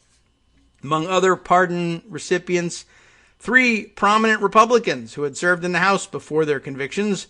They were Rick Renzi, sentenced in 2013 to 3 years in jail in association with a bribery scheme involving an Arizona land swap deal. So again, 2013. This is before Trump was even running for president. He's got no responsibility to Renzi. It's just simply, you're a Republican? Okay, fine. I'll give you a pardon. Who else? Robert Hayes of North Carolina, who pleaded guilty in 2019 to lying to the FBI. And Randall Duke Cunningham of California, who pleaded guilty in 2005 to taking $2.4 million in bribes from military contractors. Good reminder also from some of the reporters today. The Cunningham conviction was like as clear-cut a case of obvious open corruption as you could possibly imagine. If you remember it, or you're then fine. If you don't, or your details are hazy, or 2005, maybe you were too young at the time to have a clear memory of it. This was the guy who, this won't bring it back to you either, but this was a guy who had a pre-printed bribe menu, as he called it. Basically, when people came to him and said, hey, I want to bribe you, and I think he was a big deal on the Appropriations Committee at the time, or maybe it was, I don't know, it was whether it was a military appropriations or was he on the authorizing committee? I think he was on the Appropriations Committee. But if you wanted to get a project, a military contract approved, he would do it for you. And if you wanted to know, he was very upfront about it. Here's my bribe menu. Here's how much I require or what sorts of items, things I require from you in order to do your bidding. He was the one that was living on a yacht, like moored in the Potomac or whatever, for many years. And I think that somebody had given him the boat as well. But what did he call it? The Duke? Was that the name of his boat? It had something to do with his nickname too. The Dukester. That's right. The Dukester, which is his nickname for his nickname. It's not enough that he's called Duke Cunningham. He wants to be the Dukester. And the yacht was called the Dukester, but like Duke-Stir, S-T-I-R. Anyway, also famous for the hot tub, which he kept on the deck of the yacht, which I assume was the poop deck, not just because I don't know how boats work and what part is what, but because basically his deck was probably covered in poop because he infamously kept the hot tub filled with, he just pumped river water into his hot tub, which is disgusting and bad for the hot tub as well.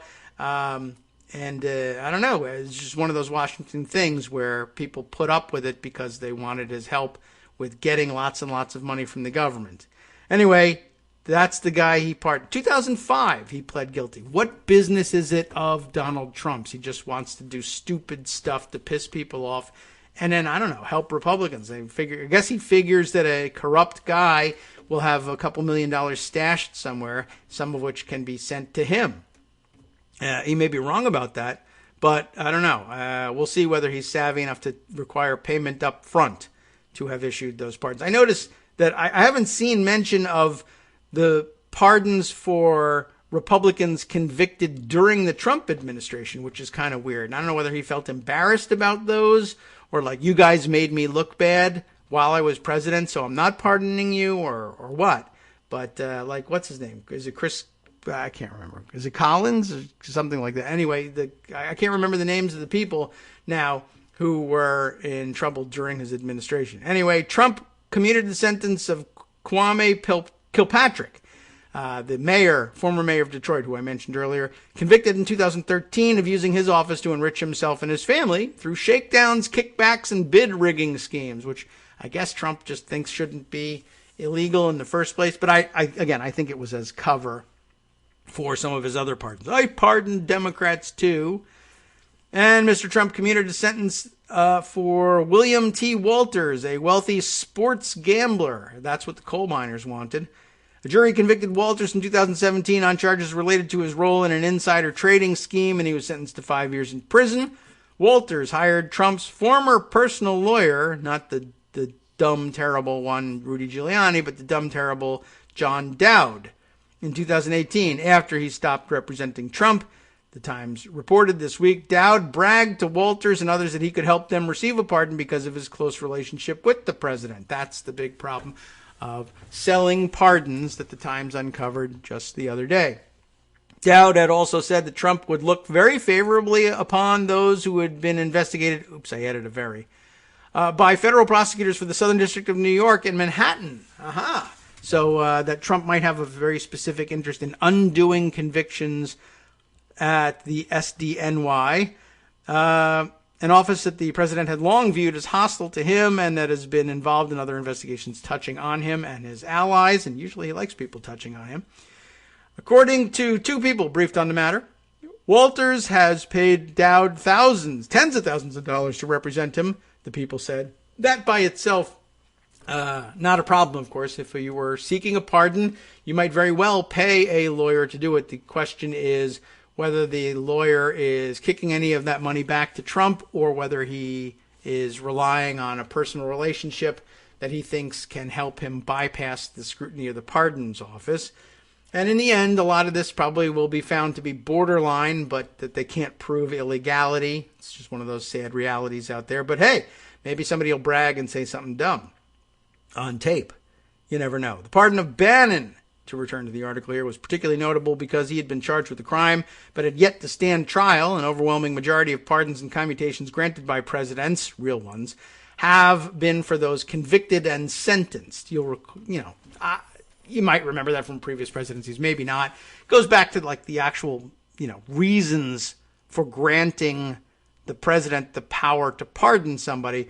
The founders debated it back and forth and decided that, as a check against the judiciary, they would do this. And that the idea being, the president would be able to grant, mercy and clemency in situations where he came to feel that the power of the judiciary was either misused or had come down with too heavy a hand, or in cases in modern practice where the judiciary perhaps may have had its hands tied with mandatory minimum sentences that didn't make any sense. These are the settings that usually garner presidential pardons. It's out of keeping with the idea that that this is a check against the judiciary, where the judiciary has not had a chance to act. I mean, I don't think it undoes the pardons, because I think it's been sort of long settled that the president can offer those pardons after all, and those restrictions aren't written into the Constitution, even if they were discussed at convention. Though sometimes what gets discussed at convention is persuasive to judges. I don't anticipate these pardons being reversed for this reason, though lots of talk also last night and this morning, and I'm just not a pardons person, so I don't really know very much about it. We'd have to research it and dissect it together. But a lot of discussion of the idea that the pardons need to be delivered and accepted in some fashion, and it's not at all clear that it has to be physical delivery. Also lots of discussion of the possibility of oral transmission of pardons, not oral transmission of various other things you might be thinking of when you talk about Donald Trump. The secret ones, I don't know. People talk about it, but somebody said that if the pardons hadn't been delivered, that they could be rescinded by the new incoming president at some point after 12 if they haven't been delivered.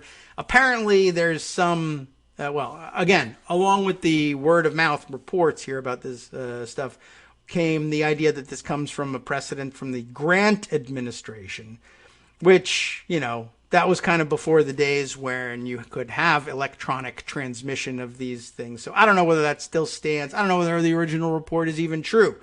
But, there is some tradition of undelivered paperwork left behind by a previous president being rescinded or declared invalid in some cases. It's certainly been the subject of litigation. Marbury versus Madison was such a case, and it came out in the opposite direction. So I don't really know.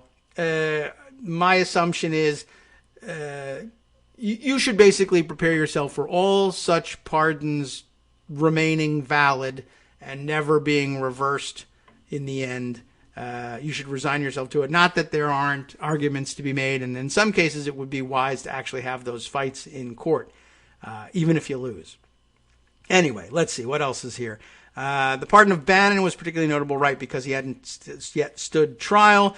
The White House had planned to release the list of those granted clemency earlier in the day, but the debate over Mr. Bannon, who encouraged Trump publicly to fight the certification of the 2020 election, was part of the delay, officials said. By late afternoon Tuesday, advisors believed they had kept the pardon for Mr. Bannon from happening, but surprise, you don't have that much influence. By about 9 p.m., Trump had changed his mind, somebody had talked to him last, and Bannon was added to the list. Trump and Bannon spoke by phone during the day as the president was weighing the pardon, and Bannon's allies tried to apply pressure to make it happen, and his detractors pushed the president not to go ahead with it.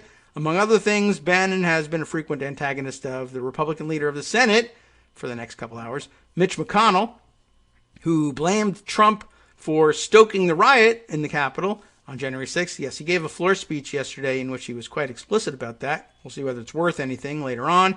McConnell has left open the possibility of voting to convict Trump in the upcoming Senate impeachment trial, and he very well could and certainly should. Trump's decision to grant Bannon a pardon is the latest twist in the complicated relationship between the two men, that bromance that they have. And remember also that he's also kind of sort of considered to be archenemy of Jared Kushner. And it might be, I don't know, Trump might be thinking, listen, Jared, you got the pardon for your dad. I'm balancing things out by also giving one to your enemies. And maybe the whole thing is just a lie anyway. Who knows? Trump's decision to grant Bannon a pardon, latest twist, complicated relationship, fell apart during Bannon's time as the White House chief strategist, resurrected in recent months as Bannon encouraged Trump's bid for a second term and the efforts to overturn the election. Bannon was indicted and arrested in August by federal prosecutors in Manhattan on charges related to the money raised to promote the construction of the border wall, long sought by Mr. Trump and unfinished along with everything else. The group said it planned to use the funds to build portions of the wall that Trump had been blocked from using federal funding on. Conservative activists like Trump's oldest son, Don Jr., appeared at an event for the group, which ultimately brought in $25 million in donations. Bannon used $1 million for his own personal expenses, according to prosecutors. Bannon, who pleaded not guilty, said the charges were just part of a larger effort to derail those fighting to build the wall. He helped guide the president's campaign to victory in 2016, but Bannon had an extraordinarily messy split with Trump in August of 2017, prompting him to leave the White House.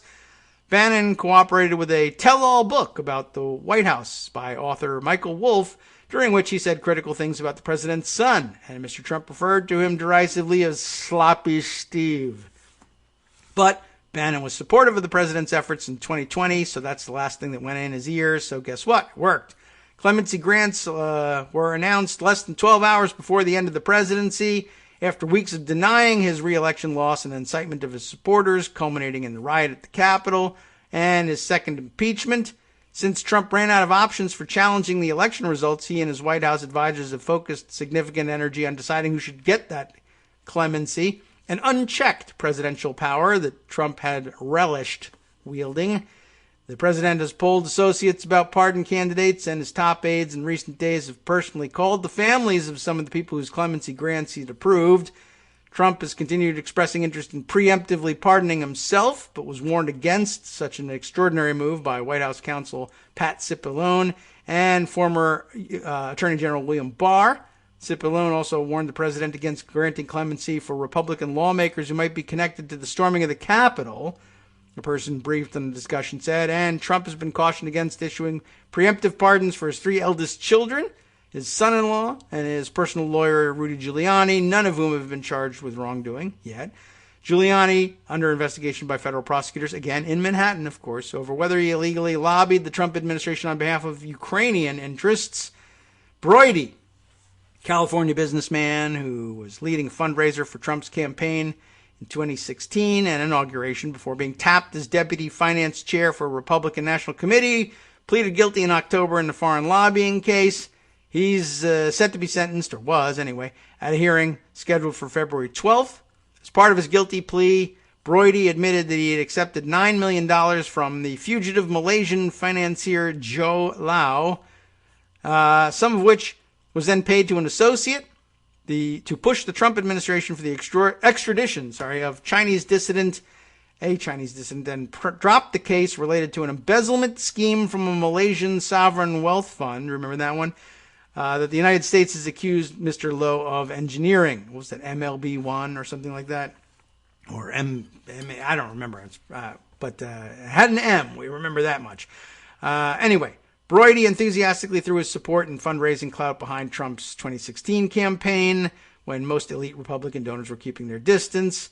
After 2016, Brody aggressively promoted his connections to the new administration, won big contracts, etc., from foreign governments. Also involved, along with several others, including the lawyer of Mr. Trump's son-in-law, Jared Kushner, in what prosecutors described as a scheme to offer a bribe in exchange for clemency for a convicted tax criminal, according to court documents unsealed in December. The Justice Department investigated the arrangement, which appears to have taken place in 2017, but no one was charged there, nor did Brody face any charges related to his efforts for the foreign governments, UAE or Angola. Clemency for Brody was only the latest of his allies of Trump who has had significant time left on their sentences, like Manafort. Then, of course, Stone, also on the pardon list. Paul Erickson, the former boyfriend of Russian operative Maria Butina. Remember him? Briefly pulled into the investigation of Mr. Trump by Robert Mueller.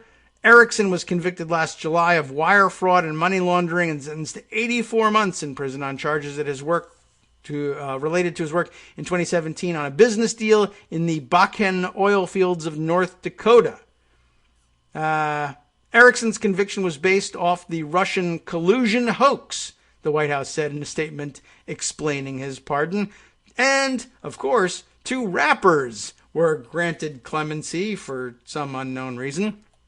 Also, for some unknown reason, it appears that my alarm has not gone off for the 10:27 break. And so, who knows how much of this has actually made it on the air. I guess we take a pause at this point because, I don't know. We'll just keep on going. And those of you listening via podcast can pick up on this. And those of you listening live must be wondering why I skipped the break. And you can pick up on what you missed by checking in on the podcast. So where were we? It was mostly about Elliot Brody, I guess, and what a jerk he is. And I guess as we wait for things to roll around, we can cover the 2 lesser important clemency grants. 2 rappers, Dwayne Michael Carter Jr., known as Lil Wayne, who pleaded guilty in December to having illegally possessed a gold-plated .45 caliber Glock handgun and ammunition as a felon. All right. Now here, those of you rejoining us for the live broadcast, I apologize. For some reason, my 10:27 alarm wasn't set correctly and didn't go off. The 10:57 for the end of the show is set. But what'd you miss? What did I talk about, blissfully unaware of the fact that we were in break? Mostly about Elliot Brody and what a jackass he was and what the particulars of his conviction were. But also, we noted the another grant of clemency for Paul Erickson, the former boyfriend of Russian operative Maria Butina, who got caught up, at least initially, in the Mueller investigation. And in announcing his grant of clemency for Erickson, Trump said, seeing as the Russia thing was a hoax to begin with, anything that he was involved in should be excused, even up to and including the actual wire fraud and money laundering charges that landed him with an 84-month prison sentence having to do with a business deal for oil fields in North Dakota, and nothing to do with cooperating with the Russian spy Maria Butina, the subsequent bankruptcy, I suppose, of the NRA. All of that doesn't matter because something Russia hoax. Anyway, let's see. Also, the clemency grants for Lil Wayne and Kodak Black, two rappers whose real names apparently are Dwayne Michael Carter Jr. and Bill Capri, Kapri. Capri, I don't know how he pronounces that, respectively. But Kodak Black, let's see. Oh, we'll start with Lil Wayne. Pleaded guilty in December to having illegally possessed a gold-plated .45 caliber Glock while a felon. And Kodak Black's problem, sentenced in 2019 to nearly 4 years in prison after pleading guilty to lying on background paperwork while trying to buy guns. So, no big deal. Others on the list, I guess people who are just friends of friends who were willing to call Trump and say, put this person on the list, and maybe even somebody from the pardons office that might actually have been cleared through normal channels. Let's see, Dr. Salomon E. Melgen, 66. I believe I know who he is. And I guess this, too, supposed to be like, Democrats got some breaks, too, but actually people who will piss everybody off. I don't think it says it in this little paragraph here. The paragraph in the Times says, a major Democratic donor and eye doctor who ran a series of clinics in Florida that fraudulently told Medicare patients that they had eye diseases and then performed medically unnecessary tests and procedures, falsely billing the federal government for $42 million at least. According to prosecutors, his remaining prison sentence was commuted. Why will that piss off Democrats, even though it's a clemency offered to a Democrat? That Dr. Melgen, I believe, was the chief, I don't know what you would call him in here, but it was his friendship with Senator Bob Menendez of New Jersey, who that landed Menendez on trial for corruption charges and fraud charges. And so I guess this is probably designed somehow to further besmirch him or to reignite that controversy, even though Melgen got sentenced and Menendez was tried, and you have the result. No conviction there. But, he'll be stirring this crap up just for fun on his way out the door. Who else? Ken Kurson, a friend and associate of Jared Kushner's, arrested late last year on cyber stalking charges, just the people you want out of prison, involving several individuals, including a friend whom Mr. Kurson blamed for the deterioration of his marriage. He was pardoned. Looks like everybody that Kushner begged pardons for were weirdos, perverts, stalkers, and people who blamed other people for the deterioration of their marriage or who had attempted to destroy the marriages of their family members. Kind of a weird theme for Jared. Think about that, Ivanka. George Gilmore, New Jersey Republican power broker, convicted last January of failure to file payroll taxes for employees and making a false statement on a loan application, also given a full pardon. Weirdly New York area focused so far. Let's see. Anthony Lewandowski, former Uber executive who pleaded guilty to stealing driverless car plans when he left Google to form a company which Uber then acquired, given a full pardon. Not sure why they're so interested in that. Sholem Weiss, sentenced to more than 800 years in prison. Wow. In 2000 for racketeering, wire fraud, and money laundering related to a huge insurance fraud scheme. His remaining sentence was commuted as well. Be interested to find out what his background is. A lot of these people, I think, are probably pretty easily, I don't know, they strike me. Here's my initial guess, Ivanka. A lot of New York area, and you'd think this maybe came through Jared, but I think it's actually more Ivanka's business. But a lot of New York area members of the Hasidic Jewish community who were tied up in, they came into Ivanka's circle actually in many cases because they were providing, they had struck deals with Ivanka's jewelry company for providing the, diamonds and the jewelry there. And I don't know. Very weird, and wouldn't you know it, let's see. So we got this guy, Sholem Weiss. Next up, I don't know, just randomly, for some reason, seems to be next on the list. Eliyahu Weinstein, sentenced to more than 20 years in prison in 2014 for a real estate Ponzi scheme. The prosecutor said caused $200 million in losses. Had remaining jail sentence commuted there. Robert Zangrillo, Miami real estate developer, charged with conspiring with a college consultant to bribe athletic officials at the University of Southern California to designate his daughter as a recruit to the crew team, received a pardon. So yeah, people involved in those in this celebrity and rich person college bribery scandal being granted clemency here. Amazing.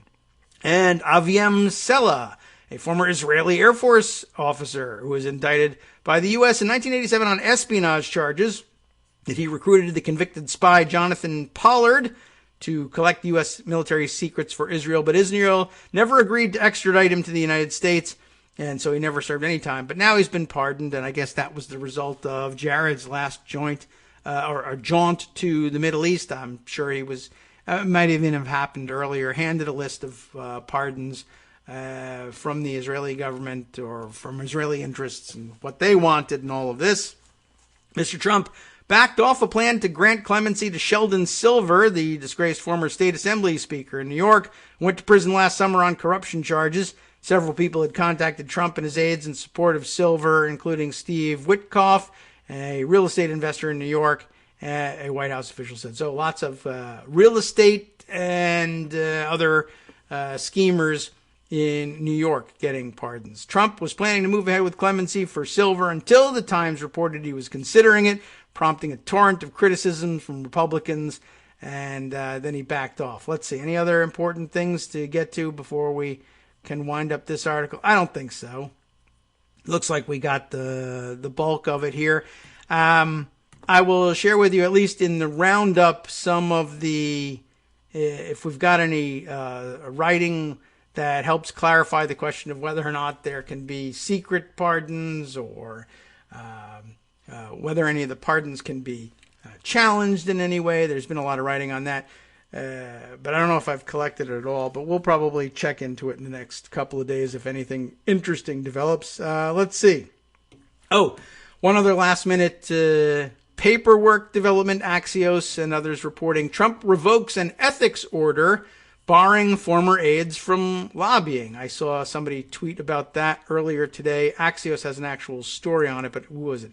Andrew Solander, who I saw tweet this thing along with a screen grab of the revocation. He put it this way: Trump revokes an executive order that he signed 8 days into his presidency, which required appointees to sign a pledge that they won't become lobbyists within 5 years of leaving the administration. So one of his, I'm going to drain the swamp things. So on the way in, he said, my appointees are going to be banned from becoming lobbyists immediately after they leave the administration. And one of his last acts, repealing that ban so that people can go and rake in the money, lobbying their former agencies, I guess. Just sort of par for the course there, I suppose. A very Trumpian thing to do. Let's see. Axios has a write-up on it, so I can share that plus the tweet with you. And you can decide exactly how telling that is about Trump, in case you had no idea. It was Ben Dreyfus who tweeted out the most cogent, I think, observation about the Kwame Kilpatrick pardon, saying the president who spent months talking about how Detroit was too corrupt to have its votes certified has now pardoned its infamously corrupt former mayor. So another little bit of fun on that front. Let's see. Some other tweets on the subjects that I thought I would share. Philip Bump from Washington Post tweeting some point, I guess last night, it's a bit odd to wait until the last minute to issue pardons. This is what started a lot of speculation. Odd to wait to the last minute, as an expert explained to me in 2017, Biden could theoretically rescind pardons if they hadn't yet been received by their intended recipients. Now, he includes, I guess this is the Washington Post piece from, I guess, 2017, in which this expert explained about the rescission of pardons. I don't know, I'm going to have to parse that one probably off the air. One of the comments made to Bump's tweet was that the pardon attorney on MSNBC last night apparently explained that, one, pardons can be kept private and revealed later if the need isn't immediate. That's really bizarre to me. And 2, that pardons can be verbal as a result, or rather, as long as they are witnessed in some fashion. I don't know about that. And 3, pardons can be granted up until, of course, 11:59 a.m. on the 20th. He'll have these slowly and methodically released, is the claim here. But we'll see. I don't know. We'll follow up. It would probably eat up the rest of the show to investigate whether or not all those claims are true, and that deserves some investigation. I really, honestly, don't know much about that because it's just not a situation we've faced very often, if ever. But it deserves some investigation, but I think other stories probably deserve some attention before we're out of here, too. Let's see. What else have we here? Yes, I want to acknowledge the nuclear football question and answer from our Twitter friend Astron here, who tweets as Nortsa, I don't know, Nortsa 524, but labels herself Astron and says, ask the question. Last night, no one has helped me understand how the nuclear football will be transferred tomorrow. Do you have an idea? And before I could even answer the question or do any research on it, we got an answer from Charlie Reese. Charlie Reese chiming in here saying they've got the 2 footballs, and one would go with Trump to Florida, and one will be around for Biden.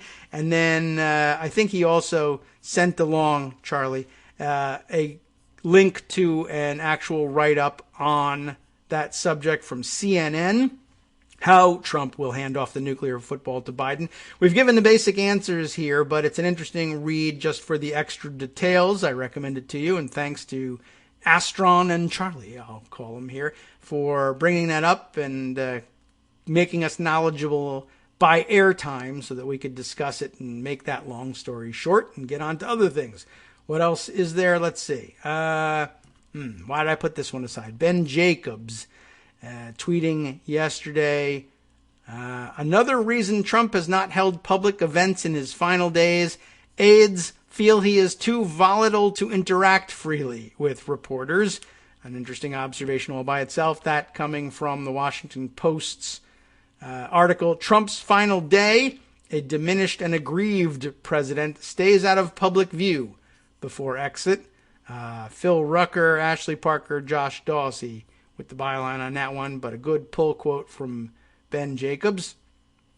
Thank you for your service, sir, in saving us some time. Let's see. Other items filed away. Oh yes, more discussion of the how shall we call it? Senate organizing negotiations ongoing between Schumer and McConnell. And the new development here is that at some point, and with this we may want to give more time to, but perhaps on another day and perhaps with some other voices involved. I got contacted by Eli Zupnik, who was with us some months ago to discuss the future of the filibuster and the future of a campaign to eliminate the filibuster, and we ought to have him visit with us again, but actually contacted me almost as soon as this had happened. McConnell now proposes to Schumer that they promise one another, essentially, not to make any attempts to eliminate the filibuster for legislation, general legislation, in the Senate at any time during the next 2 years, the 2 years being the span of the next Congress, which we define, every the elections turn us over into a new Congress. And the speculation there being that essentially McConnell knows that the filibuster is his only remaining leverage from the minority, and he would like very much to play upon the relative weakness from which Schumer would be able to eliminate the position of weakness from which any action would be taken against the filibuster at this point, and lock that in. So lots of different bits of speculation about that. Let's see. Where's the first of the tweets I had about that one? Here we go. From John McCormick, the Washington correspondent at National Review, saying here's a new bit about, not that late yesterday, midday, I guess. McConnell wants Senate power sharing deal to protect legislative filibuster. In an email obtained by New Republic, McConnell wrote to Republican colleagues, I believe the time is ripe to address this issue head on before the passions of one particular issue or another arise, i.e., there is a hot item on the table that is broadly popular politically and which Republicans are going to have to block. Anyway, McConnell's email to Republican colleagues says also, we also need to enter into a power sharing agreement with the Democrats. And while I'm guided in this effort by the Lott-Daschle agreement, I believe we need to also address the threats to the legislative filibuster. There's some screen grabs of it here. Most reaction immediately was like, hell no, we shouldn't be giving away that leverage. There's not a whole lot of leverage there at the moment anyway. I mean, the possibility exists, but without Manchin on board, it's pretty difficult. So one school of thought is you're not really giving anything away in agreeing to this, but then, of course, you're also not gaining anything by agreeing to this. So the default position, I think, from most Democrats initially was, no, there's no reason to enter into an agreement of any sort like that unless there's something major offered in return. And so far, there hasn't been anything, but it might be just an opening salvo, inviting Schumer to ask. I mean, after all, this was an email to Republicans. It may be that McConnell's approaching things quite realistically and saying, well, you know, this is what I would like to get, and is there anything that you might ask of me in trade? And Schumer just hasn't thought of what that might be yet. And before we get too panicky about the possibility of Schumer trading that away in exchange for something that that you or I might not agree is an even trade for this thing or whatever, I will also add the observation of David Dayen, who quite rightly, and in this day and age, why not be open about it, proposes, the thing is, Schumer can say, sure, I agree, no problem. Let's put the filibuster in the rules. And then later, if he has the votes to kill the filibuster, just change his mind. And quite frankly, and I think he's right here, nobody in America will care. That's been the lesson of the last two nuclear options, is everybody thought this was the end of the Senate as we know it, end of the world as we know it. And it really isn't, and people mostly don't care. He was responding here to Sahil Kapoor's tweet just before his own response. He's, and again, political reporter, of course, at NBC News, Sahil Kapoor, tweeting the context of this.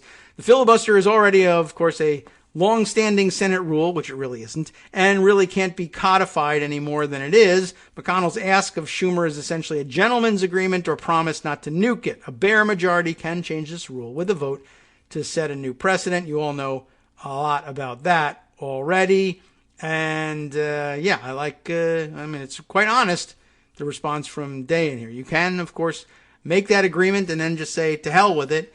And I think what McConnell is looking for here is an acknowledgement of that would be bad optics for Schumer to approach things that way and then to later do this. So my inclination, my inclination here is to say, yeah, Schumer probably doesn't enter it into the agreement that way. And if he did agree to a promise like that, it's probably because he is fairly certain that there's literally nothing that's going to change Joe Manchin's mind. But I can't imagine, I don't know, what can I tell you? I don't think he would enter into such an agreement because it's also difficult to know how circumstances will change. I'm sure I can imagine scenarios that would anger Manchin into changing his mind.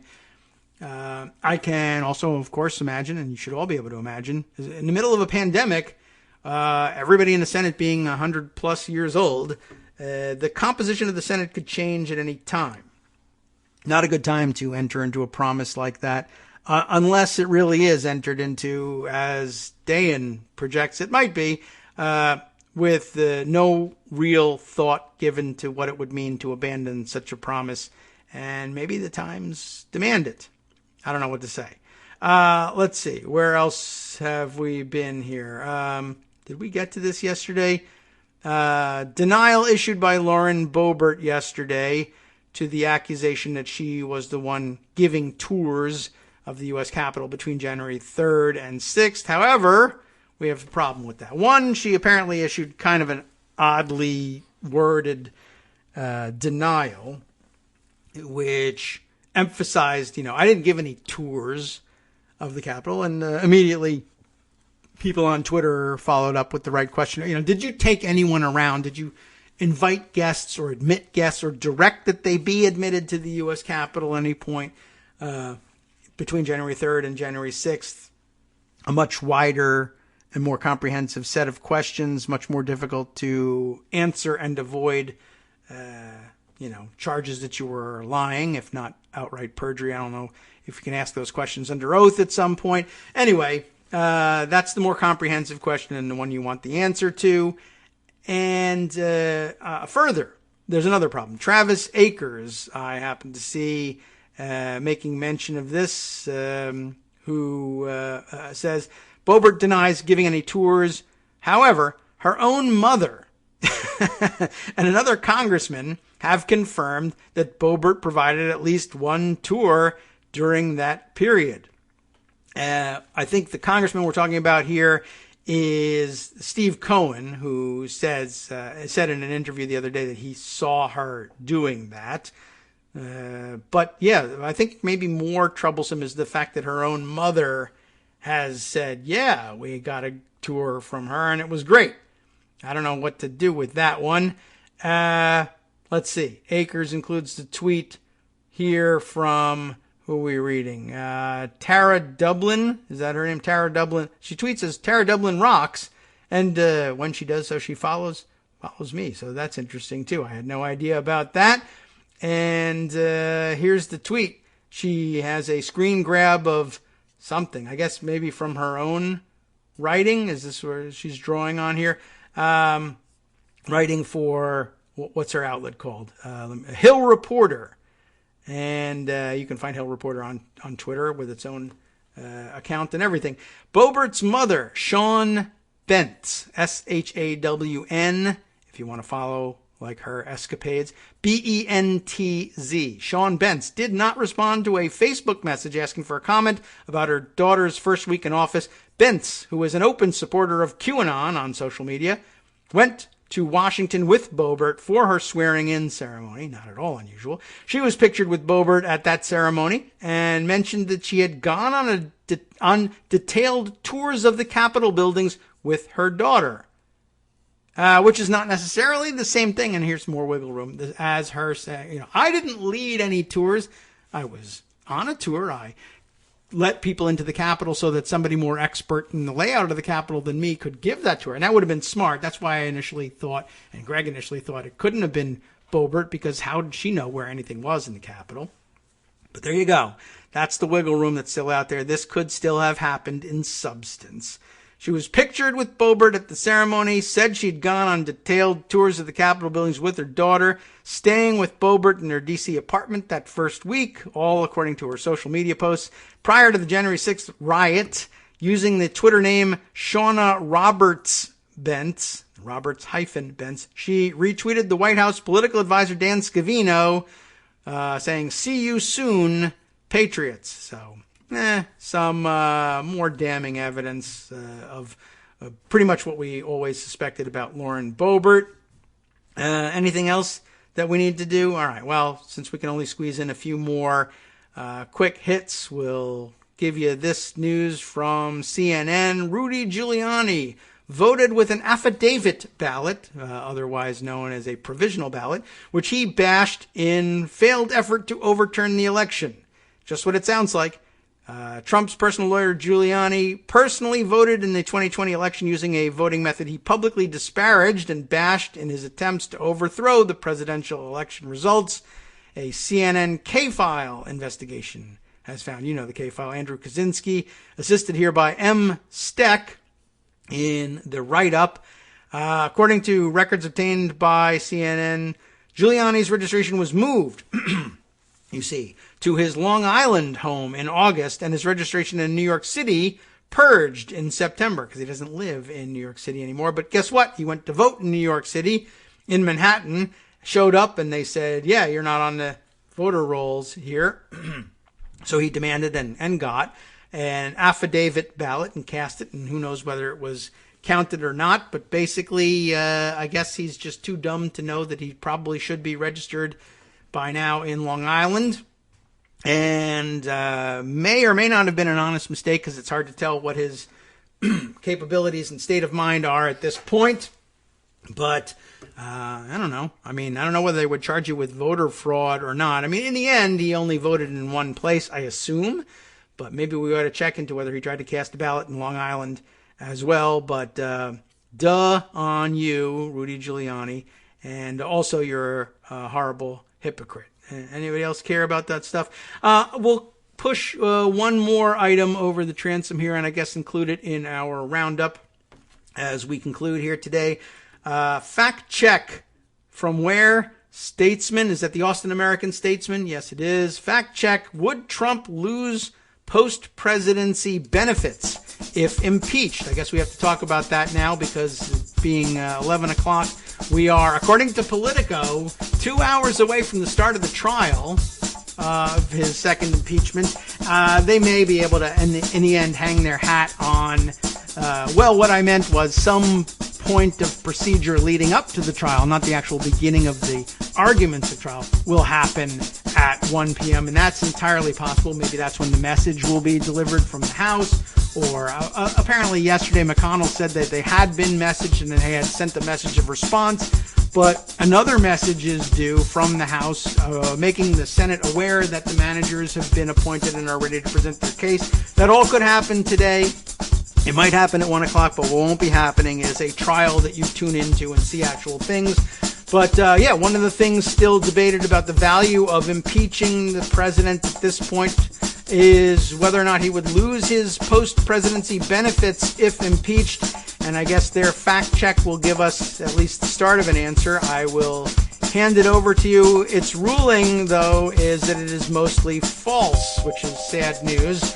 Perhaps we'll discuss that in the future and whether or not there's any way to do anything about that. But in the meantime, time to hand things off to Justice Putnam for the West Coast Cookbook and Speakeasy, which will take you right up to inauguration time. So stay tuned. From netrootsradio.com, you have been listening to Kagro in the Morning with David Waldman. All right, plenty of information and news stories that we didn't get to from around the country and around the world. Always an international component to things on the West Coast Cookbook and Speakeasy, including a Thai court sentencing former civil servant to a record prison term of 43 years and 6 months for insulting the king. They have that.